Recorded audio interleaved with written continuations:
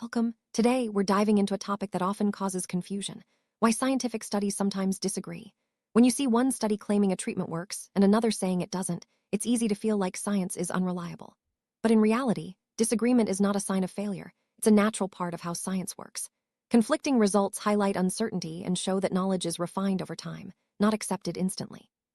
This process can feel frustrating, but it's expected and even necessary. Science evolves through constant testing, and uncertainty is actually a sign of progress, not a flaw. As we move forward, keep in mind that disagreement helps science grow stronger. One of the most important principles in science is replication. Replication means repeating a study to see if the same results appear again, no matter who conducts it or where it's done. This isn't about mistrust, it's about verification. If a finding is strong, it should hold up across different researchers, locations, and populations. When results don't replicate, it suggests the original finding might have depended on specific conditions, rather than being a universal truth. Replication is how results earn trust over time. It's a process that values verification over authority, ensuring that scientific knowledge is reliable and not just a one-off occurrence. Why do some studies fail to replicate? There are several reasons. Sometimes, studies use small sample sizes that don't represent real populations. Other times, even small differences in methods can lead to different results. Random variation, statistical noise, can make patterns appear meaningful when they're not. And when studying complex systems, like biology or human behavior, countless factors can influence outcomes. These challenges don't mean researchers are dishonest or incompetent. They reflect the difficulty of studying the real world. Understanding these issues helps us see that replication failures are part of the scientific process, not a sign that science is broken. Scientists are human, and their psychology can influence research outcomes. Confirmation bias may affect how data is interpreted, while publication bias means journals often favor positive or exciting results over null findings. This can create a scientific record that looks more confident than it really is. However, bias doesn't invalidate science. It just shows why replication is so important. By repeating studies and valuing all results, science can correct for these biases and move closer to the truth. Recognizing human influence in research helps us appreciate the need for transparency and ongoing verification. Fields like biology, behavior, and environmental science often study complex systems influenced by countless interacting factors. As a result, a finding in one group may not appear in another. This variability doesn't mean the original study was wrong. It highlights the importance of context. In complex systems, one result is rarely universal.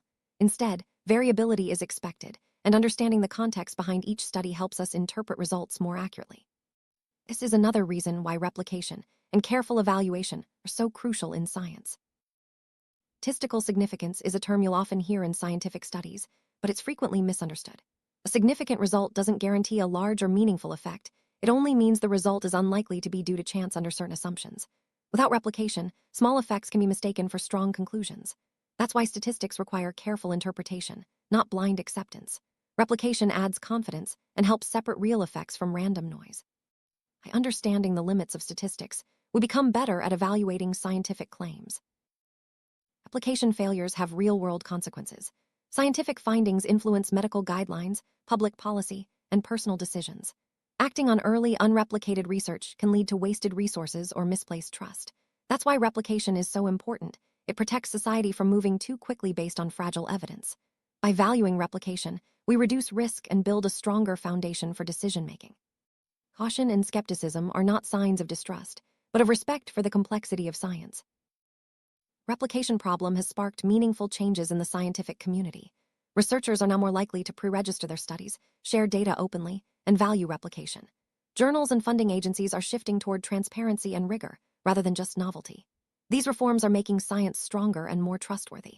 By increasing openness and valuing repeated testing, science continues to improve and adapt. This ongoing reform is a sign of science's strength, not weakness. As a reader, it's important to approach scientific claims with curiosity rather than certainty. One study rarely settles a question.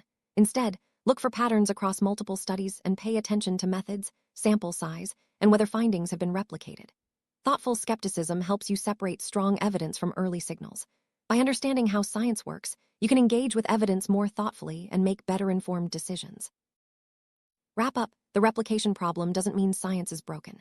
Instead, it shows that science is honest about uncertainty and committed to refining knowledge. Disagreement and replication are signs of a healthy scientific process, not a lack of truth. When we understand and embrace these principles, we can trust science more deeply and engage with evidence in a thoughtful way. Science improves over time, not through perfect agreement, but through repeated testing and honest evaluation.